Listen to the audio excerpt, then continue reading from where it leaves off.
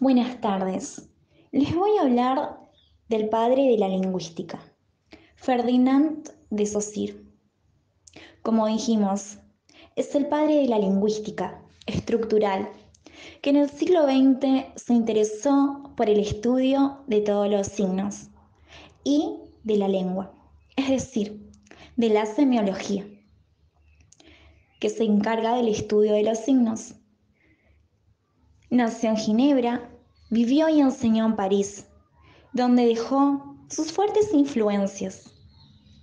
Saussure fue un fundador muy importante, un fundador de la lingüística moderna, y su preocupación fundamental fue definir el objeto de estudio de la lingüística. También indaga los diversos signos utilizados por el hombre en sus interacciones sociales y las llamó justamente semiología. La semiología. La semiología se encarga del estudio de qué, como dijimos, de los signos, y nos enseña en qué consisten los mismos, cuáles son sus leyes que las gobiernan. Por lo tanto, la lingüística es parte de la semiología. Vamos a hablar también de algunos conceptos importantes, como la entidad psíquica, que está compuesta por dos caras inseparables, significado y significante. Cuando hablamos de significado, estamos hablando del concepto o una idea psíquica, es decir, un concepto, una palabra, el sonido de una palabra.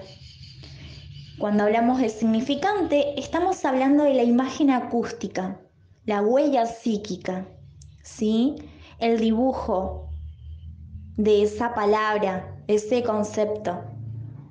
Por ejemplo, el significado de mesa es la palabra mesa, el sonido de la palabra. Y el significante es la imagen de la mesa, es decir, la imagen acústica, lo que podemos ver, el dibujo.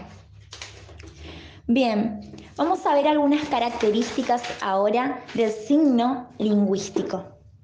Uno de ellos es la arbitrariedad, que es la unión que se establece entre el significado y el significante, y que el significante es inmotivada. Por ejemplo, no sucede lo mismo con los demás signos.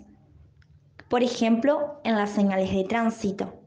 Cuando hablamos de unión convencional, se habla que no se puede alterar voluntariamente, sino que se le otorga un carácter de inmutabilidad al signo.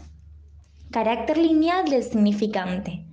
Hablamos de los fonemas que se articulan uno tras otro, formando una cadena.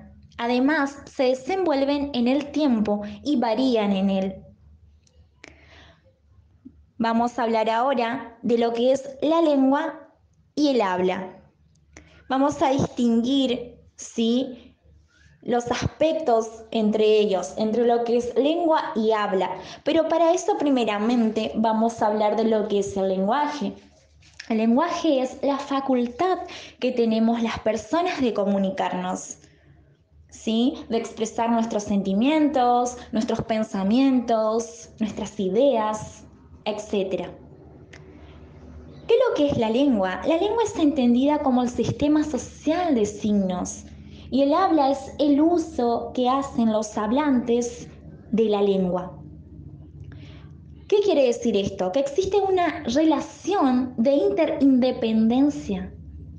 Primero debe de existir la lengua para que el habla se produzca y debe existir el habla para que la lengua se establezca. Esto quiere decir que existe una relación, una unión entre ellos, ¿sí? Debe existir primero la lengua para que suceda el habla y viceversa.